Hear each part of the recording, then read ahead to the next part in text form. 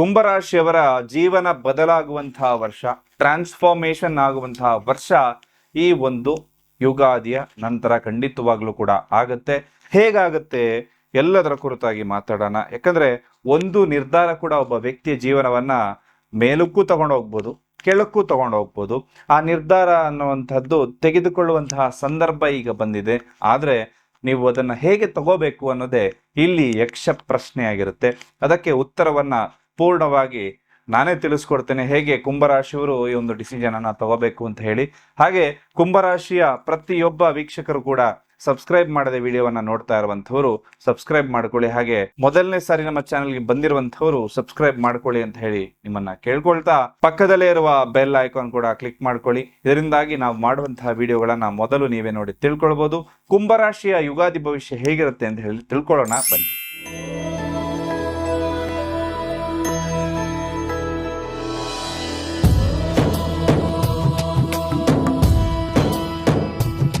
ಹಣಕಾಸು, ಮದುವೆ, ದಾಂಪತ್ಯ, ಪ್ರೀತಿ ಪ್ರೇಮ ಸಮಸ್ಯೆಗಳು, ಜೀವನದಲ್ಲಿ ನೆಮ್ಮದಿ ಇಲ್ಲದಿರುವುದು, ವ್ಯಾಪಾರ ಅಭಿವೃದ್ಧಿ, ಮನೆಯ ವಾಸ್ತು ಹಾಗೂ ಇನ್ನಿತರ ಸಮಸ್ಯೆಗಳಿಗೆ ಶಾಸ್ತ್ರೋಕ್ತ ಮತ್ತು ಶಾಶ್ವತ ಪರಿಹಾರವನ್ನ ತಿಳಿಸಿಕೊಡುತ್ತಾರೆ.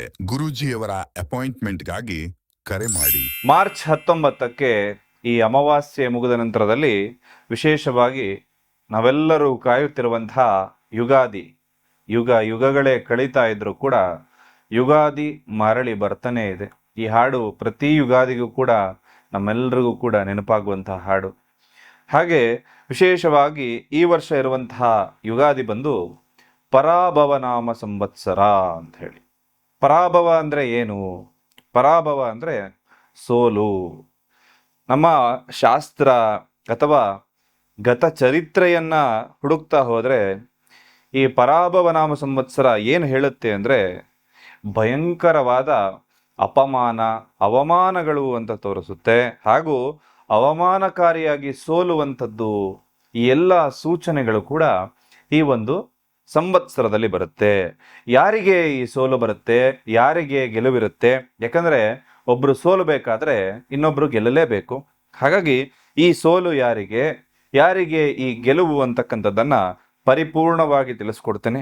ಜೊತೆಯಲ್ಲಿ ಈ ವರ್ಷ ಅಂದರೆ ಈ 2026ರಲ್ಲಿ ರಾಜನಾಗಿರ್ತಕ್ಕಂಥದ್ದು ಗುರುಗ್ರಹ ಆಗಿರುತ್ತೆ. ಹಾಗೂ ಮಂತ್ರಿಯ ಸ್ಥಾನದಲ್ಲಿ ಕುಜಗ್ರಹ ಇರುತ್ತೆ. ಅಧಿಪತಿ ಅಂದ್ರೆ ಕಮಾಂಡಿಂಗ್ ಕೊಡ್ತಕ್ಕಂತಹ ಕಮಾಂಡರ್ ಒಂದು ಕೇತು ಇರುತ್ತೆ. ನಿಮ್ಗೆಲ್ರಿಗೂ ಗೊತ್ತಿರುವ ಹಾಗೆ ಕೇತು ಗ್ರಹಕ್ಕೆ ತಲೆ ಅನ್ನೋದಿರೋದಿಲ್ಲ. ಅವನು ಯಾವ ತರ ಬೇಕೋ ಆ ರೀತಿ ನಿರ್ಧಾರ ತೆಗೆದುಕೊಳ್ತಾ ಇರ್ತಾನೆ. ಈಗ ಮುಖ್ಯವಾಗಿ ಅಮೇರಿಕ ಒಂದು ದೇಶವಾಗಿ ನಾವು ನೋಡುವಾಗ ಅಲ್ಲಿ ಕೂತಿರ್ತಕ್ಕಂತಹ ಒಬ್ಬ ಪ್ರೆಸಿಡೆಂಟ್ ಏನಿರ್ತಾನೆ, ಅವನು ತುಘಲಕ್ ದರ್ಬಾರನ್ನ ನಡೆಸ್ತಾ ಇರುವಂಥದ್ದು ತಾವೆಲ್ಲರೂ ಕೂಡ ಗಮನಿಸ್ತಾ ಇದ್ದೀರಿ. ಹಾಗೆ ಈ ಕಮಾಂಡರ್ ಕೇತು ಇರೋದ್ರಿಂದ ಈ ವರ್ಷ ಪೂರ್ತಿ ಸ್ಥಿರತೆ ಅಂತಕ್ಕಂಥದ್ದನ್ನ ನಾವು ನಿರೀಕ್ಷೆ ಮಾಡೋದಕ್ಕೆ ಬಹಳ ಕಷ್ಟ ಆಗುತ್ತೆ. ಹಾಗೂ ಈ ವರ್ಷ ಗ್ರಹಗಳ ಸಂಯೋಗ ಇರತಕ್ಕಂಥದ್ದು ಏನಿದೆ, ಏಪ್ರಿಲ್ನಿಂದ ಜುಲೈ ತಿಂಗಳವರೆಗೂ ಈ ಸಂದರ್ಭದಲ್ಲಿ ಕಾಲ ಸರ್ಪಯೋಗ ಬರ್ತಾ ಇದೆ. ಅಂದ್ರೆ ಈ ಸಂದರ್ಭದಲ್ಲಿ ಯಾರ್ಯಾರು ಹುಟ್ಟತಾ ಇರ್ತಾರೋ ಅವರೆಲ್ಲರ ಜಾತಕದಲ್ಲೂ ಕೂಡ ಈ ಯೋಗ ಇರುತ್ತೆ. ಜೊತೆಯಲ್ಲಿ ಸೆಪ್ಟೆಂಬರ್ 19ರಿಂದ ಅಕ್ಟೋಬರ್ 30ರವರೆಗೂ ಕೂಡ ಕರ್ಕಾಟಕ ರಾಶಿಯಲ್ಲಿ ಕುಜ ಮತ್ತು ಗುರು ಸಂಯೋಗ ಆಗ್ತಕ್ಕಂಥದ್ದು. ನವೆಂಬರ್ ಮತ್ತು ಡಿಸೆಂಬರ್ ಈ ತಿಂಗಳುಗಳಲ್ಲಿ ಸಿಂಹ ರಾಶಿಯಲ್ಲಿ ಕುಜಸ್ತಂಭನ ಯೋಗ ಕೂಡ ಬರ್ತಾ ಇದೆ. ಹಾಗೂ ಗುರು ಗ್ರಹ ಬಹಳ ವಿಶೇಷವಾದಂತಹ ಗ್ರಹ. ಎಲ್ಲರೂ ಕಾಯುವಂಥದ್ದು ಗುರುಬಲ ಬರಲಿಕ್ಕೆ. ಈ ಗುರು ಒಂದು ರಾಶಿಯಿಂದ ಇನ್ನೊಂದು ರಾಶಿಗೆ ಹೋಗ್ಲಿಕ್ಕೆ 1 ವರ್ಷದ ಸಮಯವನ್ನ ತೆಗೆದುಕೊಳ್ತಾನೆ. ಅಲ್ಲಿಗೆ 2 ರಾಶಿಯಲ್ಲಿ ಸಂಚಾರ ಮಾಡತಕ್ಕಂಥದ್ದನ್ನ ನಾವು ನೋಡ್ತಾ ಇರ್ತೇವೆ.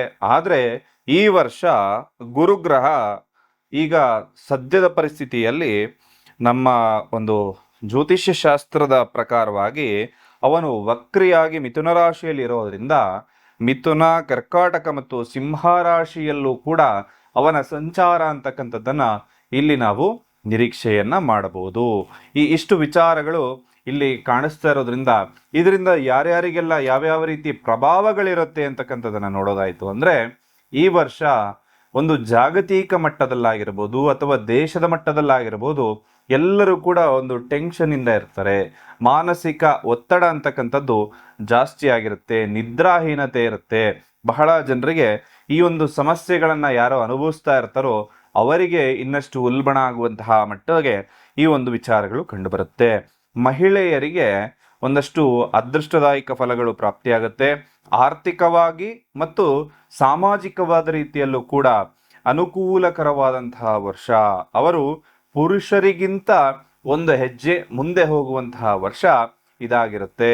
ಜೊತೆಯಲ್ಲಿ ಕ್ರೈಮ್ ರೇಟ್ ಜಾಸ್ತಿ ಆಗುವಂತಹ ಸಾಧ್ಯತೆಗಳು ಕೂಡ ಈ ವರ್ಷ ಬರುತ್ತೆ.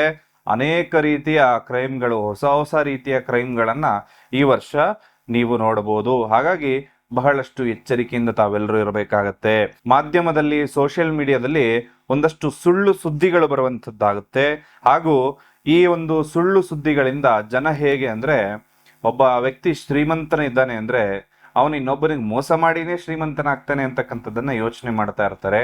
ಅಥವಾ ಒಬ್ಬ ಯಾವುದೋ ರೀತಿಯಲ್ಲಿ ಮುಂದೆ ಕಷ್ಟಪಟ್ಟು ಮುಂದೆ ಬಂದಿದ್ರು ಕೂಡ ಜನ ಯೋಚನೆ ಮಾಡೋದೇನು, ಅವನು ಏನೋ ಒಂದು ತಲೆ ಹೊಡೆದೆ ಮಾಡಿದನ್ ಬಿಡಪ್ಪ, ಅವನು ಒಂದು ನ್ಯಾಯವಾಗಿ ದುಡಿದ್ರೆ ಎಲ್ಲಿ ಮುಂದೆ ಬರಕ್ ಸಾಧ್ಯ. ಈಗ ನಾವು ದುಡಿತಾ ಇರೋದ್ರಲ್ಲಿ ನಮ್ಮ ತಿಂಗಳ ಖರ್ಚಿಗೆ ಆಗೋದಿಲ್ಲ, ಅಂಥದ್ರಲ್ಲಿ ಇಂಥ ಮನೆ ಕಟ್ಟೋದಕ್ಕೆ ಹೇಗೆ ಸಾಧ್ಯ ಅಂತ ಹೇಳಿ ಅವನ ಬುದ್ಧಿವಂತಿಕೆಯಿಂದ ಅವನು ಮಾಡಿರ್ತಾನೆ. ಆದ್ರೆ ಇಲ್ಲಿ ಜನ ಮಾತಾಡುವಂಥದ್ದು ಅವನು ಏನೋ ಮಾಡಿದಾನೆ, ಒಂದು ತಪ್ಪು ಕೆಲಸ ಮಾಡಿನೇ ಈ ತರ ಮುಂದೆ ಬಂದಿದ್ದಾನೆ ಅಂತ ಹೇಳಿ ಈ ರೀತಿ ತಪ್ಪು ಯೋಚನೆ ಬರುವಂಥದ್ದು ಜನರಿಗೆ ಬಹಳಷ್ಟು ಕಾಣ್ತಾ ಇದೆ. ಇನ್ನ ರಾಜಕೀಯ ವಿಚಾರವಾಗಿ ಬಂತು ಅಂದ್ರೆ ಪ್ರಾದೇಶಿಕ ಪಕ್ಷಗಳಲ್ಲಿ ಒಂದಷ್ಟು ಭಿನ್ನಾಭಿಪ್ರಾಯ ಮೂಡಬಹುದು. ಇದರಿಂದಾಗಿ ಒಂದು ಸಮ್ಮಿಶ್ರ ಸರ್ಕಾರ ಯಾವ್ದಾದ್ರು ನಡೀತಾ ಇತ್ತು ಅಂದ್ರೆ ಅದು ಬಿಟ್ಟು ಅಥವಾ ಅದರಲ್ಲಿ ಏಟು ತಿಂದು ಆ ಒಂದು ಮತ್ತೆ ಎಲೆಕ್ಷನ್ ಆಗುವಂತಹ ಸಂದರ್ಭದವರೆಗೂ ಕೂಡ ಹೋಗುವಂತಹ ಲಕ್ಷಣಗಳು ಬರುತ್ತೆ. ಇದು ಯಾವುದೇ ರಾಜ್ಯದಲ್ಲೂ ಆಗಿರಬಹುದು. ಹಾಗೆ ಕೆಲವು ಪ್ರಮುಖ ರಾಜಕೀಯ ವ್ಯಕ್ತಿಗಳಿಗೆ ಆರೋಗ್ಯ ವಿಚಾರದಲ್ಲಿ ತೊಂದರೆಗಳಿರುತ್ತೆ. ಅವರಿಗೆ ವಿಶೇಷವಾಗಿ ಸ್ವಲ್ಪ ಒಂದು ಮೃತ್ಯುಂಜಯ ಮಂತ್ರವನ್ನ ಎಲ್ಲ ರಾಜಕಾರಣಿಗಳು ಈ ಸಂದರ್ಭದಲ್ಲಿ ಹೇಳ್ಕೊಳ್ಳೋದು ಒಳ್ಳೇದು ಅಂತ ಹೇಳ್ತೀನಿ. ಸಿನಿಮಾ ರಂಗದಲ್ಲಿ ಸ್ವಲ್ಪ ಏಳಿಗೆ ಎಲ್ಲವೂ ಕೂಡ ಆಗುತ್ತೆ. ಹಾಗೂ ದಕ್ಷಿಣ ಭಾರತದಲ್ಲಿ ಇರ್ತಕ್ಕಂತಹ ನಟರು ಎಲ್ರಿಗೂ ಕೂಡ ವಿಶೇಷವಾಗಿ ಶುಭ ಸಮಯ ಅಂತ ಹೇಳ್ತಾನೆ. ಹಾಗೂ ಜೈಲು ಶಿಕ್ಷೆ ಬಗ್ಗೆ ಹೇಳೋದಾಯ್ತು ಅಂದ್ರೆ ಸ್ವಲ್ಪ ಒಂದಷ್ಟು ರಾಜಕಾರಣಿಗಳಿಗೆ ಜೈಲಾಗುವಂತಹ ಸಂದರ್ಭಗಳು ಕೂಡ ಬರುತ್ತೆ. ಇನ್ನು ನೈಸರ್ಗಿಕವಾಗಿ ನಮ್ಮ ಒಂದು ವಿಚಾರವನ್ನ ನೋಡೋದಾಯ್ತು ಅಂದ್ರೆ ಸ್ವಲ್ಪ ಬಸ್ ಅಪಘಾತಗಳಾಗ್ಬೋದು, ಅಗ್ನಿ ಅವಘಡಗಳಾಗುವಂಥದ್ದು ಅಥವಾ ಜ್ವಾಲಾಮುಖಿ ಸ್ಫೋಟ ಆಗುವಂತಹ ವರ್ಷ ಇದಾಗಿರುತ್ತೆ. ಎತ್ತರದ ಪ್ರದೇಶ ಅಥವಾ ಕಣಿವೆ ಪ್ರದೇಶದಲ್ಲಿರುವಂಥವರು ಪ್ರವಾಸಕ್ಕೆ ಹೋಗಬೇಕಾದ್ರೆ ನೀವು ಎಚ್ಚರಿಕೆಯಿಂದ ಇರಬೇಕಾಗತ್ತೆ. ಇನ್ನು ನದಿಗಳ ಬಗ್ಗೆ ಹೇಳಬೇಕು ಅಂದ್ರೆ ನದಿಗಳೆಲ್ಲವೂ ಕೂಡ ತುಂಬಿ ಹರಿಯುವಂತಹ ಸಾಧ್ಯತೆ ಬರುತ್ತೆ. ಬಂಗಾರ ಮತ್ತು ಬೆಳ್ಳಿ ಈಗ ಬಹಳಷ್ಟು ಎತ್ತರಕ್ಕೆ ಹೋಗಿ ಬಿದ್ದಿದೆ, ಚಿನ್ನ ಬೆಳ್ಳಿ ಎಲ್ಲವೂ ಕೂಡ. ಇನ್ನು ಈ ವರ್ಷದ ಕೊನೆಯ ಹಂತದಲ್ಲಿ ಚಿನ್ನದ ಬೆಲೆ ಮತ್ತಷ್ಟು ಏರಿಕೆ ಆಗುವಂತಹ ಸಾಧ್ಯತೆಗಳು ಬರುತ್ತೆ.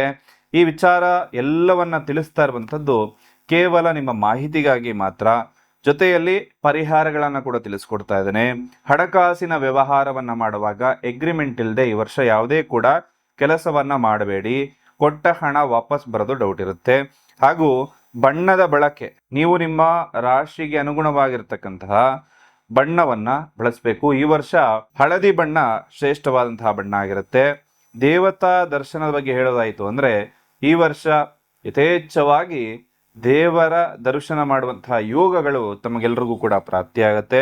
ಇನ್ನ 50 ವರ್ಷ ಮೇಲ್ಪಟ್ಟವರು ಯಾರೇ ಇದ್ರೂ ಕೂಡ ಕಾಲು ಜಾರಿ ಬೀಳುವಂತಹ ಸಾಧ್ಯತೆ ಇರುತ್ತೆ. ಸ್ವಲ್ಪ ನಡಿಬೇಕಾದ್ರೆ, ಸ್ಲಿಪ್ಪರಿ ಜಾಗದಲ್ಲಿ ಹೋಗ್ಬೇಕಾದ್ರೆ ಎಚ್ಚರಿಕೆಯಿಂದ ಇರೋದು ಶುಭವನ್ನ ನಿಮಗೆ ತಂದು ಕೊಡುತ್ತೆ. ನಿಮ್ಮ ಜೀವನದಲ್ಲಿ ಎಷ್ಟು ಪ್ರಯತ್ನ ಮಾಡಿದ್ರೂ ಕೂಡ ಫಲ ಸಿಗ್ತಾ ಇಲ್ಲ. ಹಣ ಬರುತ್ತೆ, ಆದ್ರೆ ಕೈಯಲ್ಲಿ ಉಳಿತಾ ಇಲ್ಲ.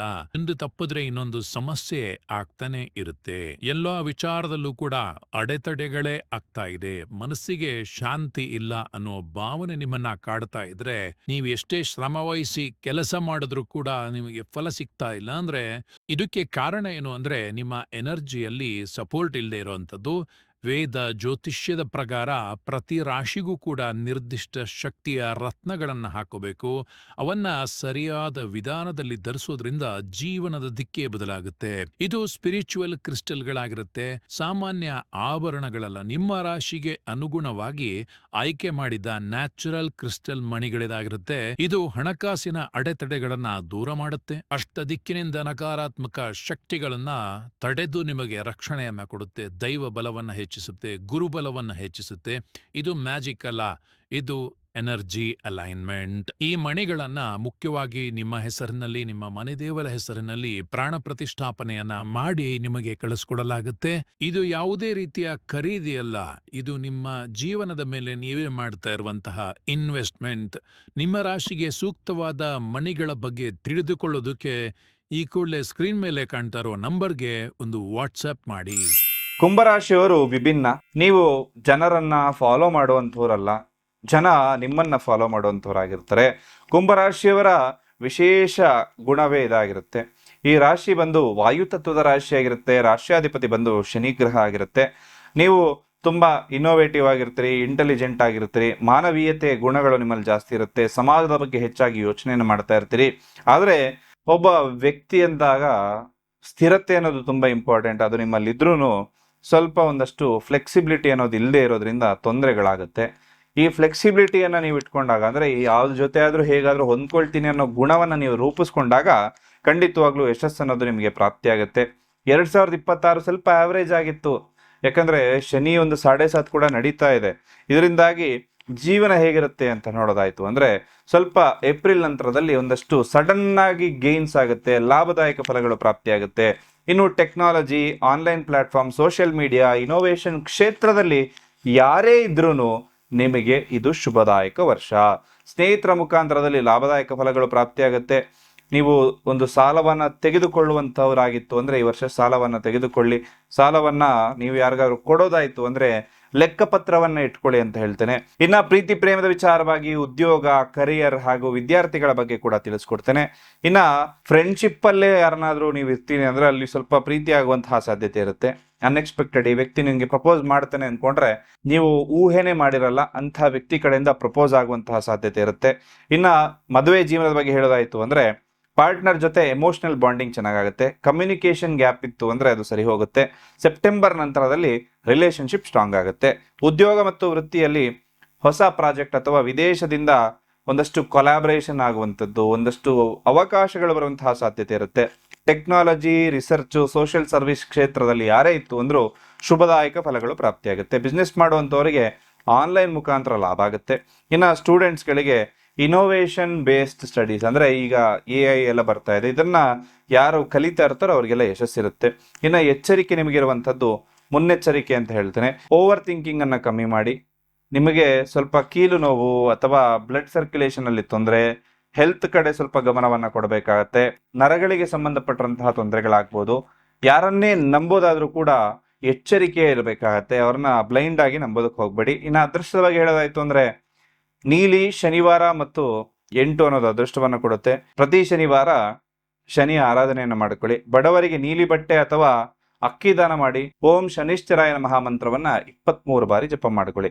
ಇದರಿಂದಾಗಿ ಖಂಡಿತವಾಗ್ಲೂ ನಿಮಗೆ ಶುಭ ಅಂತಕ್ಕಂಥದ್ದು ಪ್ರಾಪ್ತಿಯಾಗುತ್ತೆ.